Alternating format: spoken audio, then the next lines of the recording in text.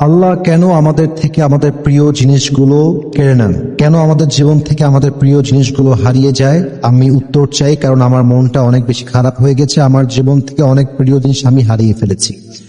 It's a very important question যে আল্লাহ কেন আমাদের জীবন থেকে আমাদের প্রিয় জিনিসগুলো কেড়ে নেয়। প্রথমত একটা ছোট্ট জিনিসকে ব্যাখ্যা করতে চাই। আল্লাহ রাব্বুল ইজ্জত ওয়াল জালাল যখন আপনার জীবন থেকে কখনো কোনো প্রিয় জিনিস কিংবা প্রিয় মানুষকে কেড়ে নিবে বা হারিয়ে যাবে আপনার জীবন থেকে, আপনি এটা বুঝে নিবেন আপনার চয়েসটা বেস্ট নয়, বরং আল্লাহর চয়েসটাই হচ্ছে সেরা চয়েস। মানুষ কখনো কখনো কোনো এমন জিনিসকে সবচেয়ে বেশি প্রিয় মনে করে যা তার জন্য ভবিষ্যতে ক্ষতিকর হতে পারে, এবং মানুষ কখনো কখনো এমন জিনিসকে ইগনোর করতে পারে যা তার জন্য ভবিষ্যতে কল্যাণ হতে পারে। আশা করছি পয়েন্টটা ক্লিয়ার হয়েছে। আর একটু ব্যাখ্যা করছি। আল্লাহ তাআলা বলেছেন, ওয়াসা আন তাকরাহু শাইআন ওয়া হুয়া খায়রুল লাকুম ওয়াসা আন তুহিব্বু শাইআন ওয়া হুয়া শাররুল লাকুম। এই একটা আয়াতে আপনার সমস্ত প্রশ্নের উত্তর আপনি পেয়ে যাবেন। আল্লাহ তাআলা বলছেন, কখনো কখনো তোমার জীবনে এমন হয় যে তুমি তোমার মন থেকে you like something and you think that this is the perfect and best option for you. তুমি ভাবো যে এটার চাইতে আর বেস্ট হতেই পারে না, এটাই আমার জন্য সেরা, এটাই আমার জন্য কল্যাণ, এটাই আমার জন্য বেস্ট, এটাই আমার জন্য পারফেক্ট, এবং তুমি ভাবো যে এটা ছাড়া অন্য কোনো কিছু বেস্ট হতে পারে না। এবং মাঝে মাঝে এমন মনে হয় যে এটা আমার জন্য সেরা নয়, এটা আমি চাই না, এটা আমার জন্য পারফেক্ট নয়। কিন্তু আল্লাহ তাআলা বলছেন, যা তুমি অপছন্দ করো তা তোমার জন্য কল্যাণকর হতে পারে, যা তুমি পছন্দ করো তা তোমার জন্য অকল্যাণকর হতে পারে, কারণ আল্লাহু ইয়ালামু ওয়া আনতুম লা তা'লামুন। Your knowledge is limited, but my knowledge, that means Allah's knowledge, is not limited.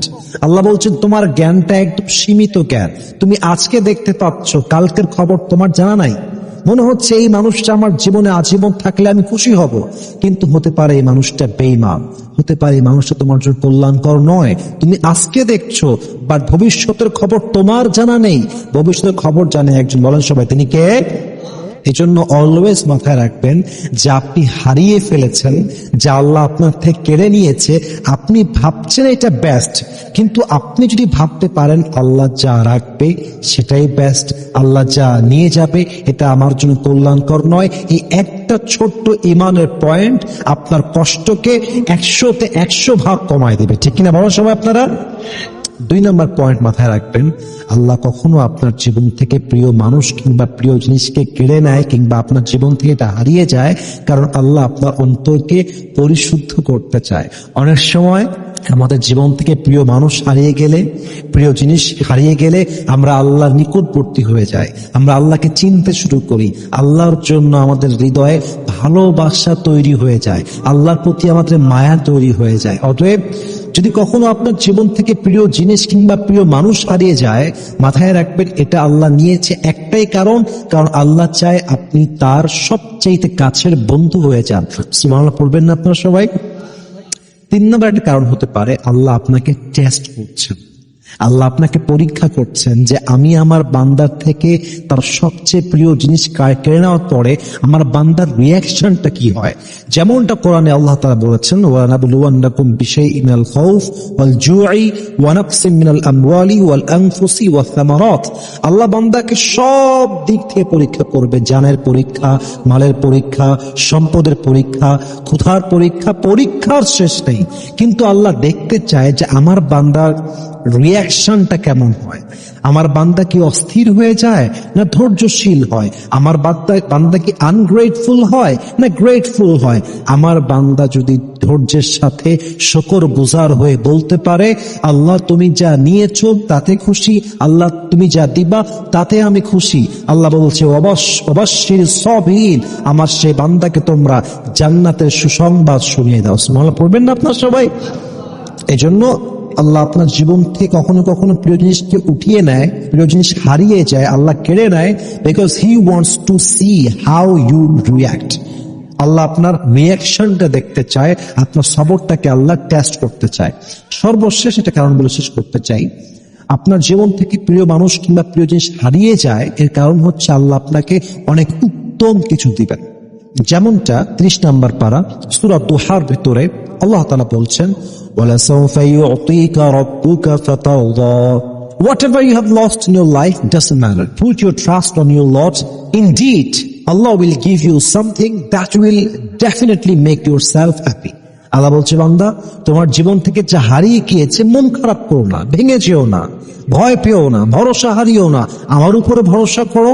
তুমি তোমার অতীতে যা হারিয়েছো তার চাইতে 1000 গুণ বেশি উত্তম আমি আল্লাহ তোমাকে দান করবো। সুবহানাল্লাহ পড়বেন না আপনারা সবাই? আল্লামা ইকবাল লিখেছেন, जो नसीब में है वो कभी छिन नहीं सकता और जो नहीं है वो कभी मिल नहीं सकता। जो चला गया तुम्हारी जिंदगी से उस पर तुम्हें सब्र आना चाहिए और जो आएगा उस पर तुम्हें शुक्र आना चाहिए। रब की फैसले अकल से तोड़े नहीं जाते, ये दिल के यकीन और ईमान से समझे जाते हैं। जो बुरा वक्त है वो भी लिखा हुआ है, जो अच्छा वक्त है वो भी लिखा हुआ है। तुम कहते हो कि अगर मेरी जिंदगी में बुरा वक्त आएगा तो मैं क्या करूंगा, और मैं तुम्हें कहता हूं कि खुदा पर यकीन रखो, बुरा वक्त ही कभी नहीं आएगा। What an amazing words, মাশাআল্লাহ। উনি বলছেন যে কপালে যা আছে হারিয়ে যাবে না, আর যা নাই তা কখনো আসবে না। আল্লাহর সিদ্ধান্ত বোঝার জন্য অন্তরে ঈমান থাকতে হয়। আরে ভাই রে, যা খারাপ সময় লেখা আছে এটা আসবে, যা ভালো সময় আছে তাও আসবে।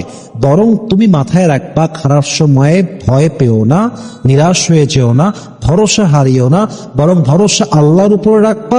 আল্লাহ তোমাকে সমস্ত কষ্ট সহ্য করবার ক্ষমতা নিজের কুদরতি হাতে দান করবে। সুবহানাল্লাহ পড়বেন না আপনার সবাই?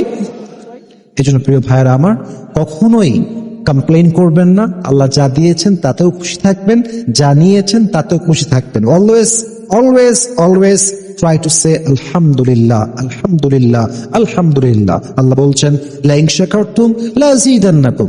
তুমি যদি শুকর গুজার হতে পারো, তোমাকে আমি আল্লাহ নিয়ামতটা আরো ডবল করে বাড়ায় দান করব। সুবহানাল্লাহ পড়েন সবাই।